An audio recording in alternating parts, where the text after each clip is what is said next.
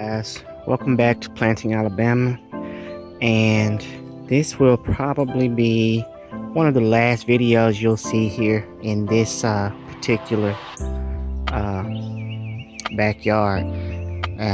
Most of you, if you've been following my channel, you know that I've actually changed location. So this is part of what I had growing here during the fall, my fall garden. Some cabbages and rutabagas here. I'll be harvesting these out and getting these removed, getting these beds cleaned out. I really hadn't had time to get out here and tend to the fall garden the way I wanted to. But anyway, guys, that's what's going on. We'll get these harvested out. These rutabagas. But now, if you remember, I did a video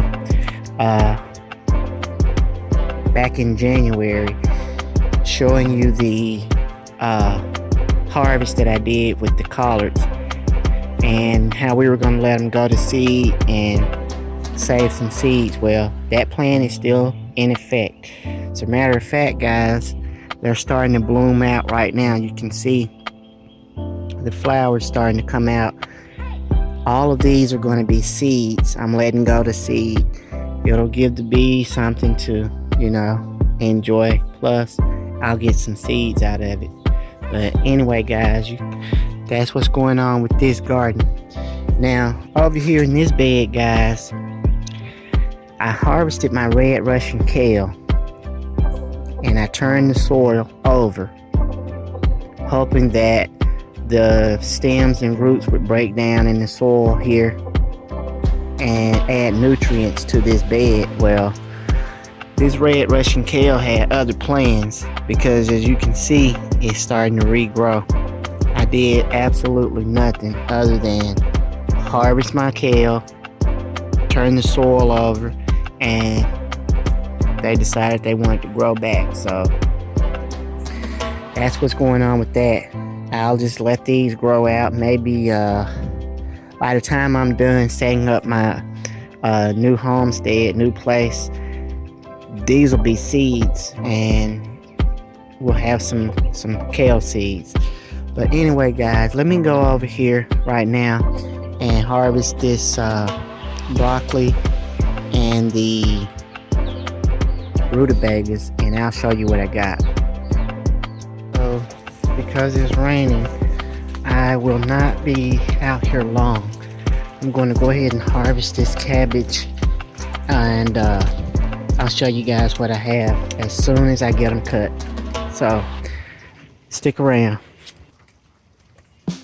Okay, and we're also going to go ahead and harvest these rutabagas as well.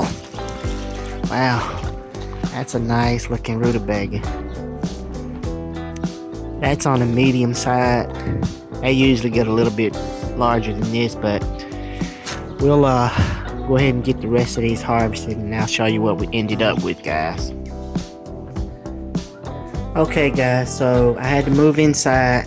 It's raining pretty good now, but I've harvested my rutabagas, my cabbage, and as you can see, I saved the tops from my rutabagas, which are also edible.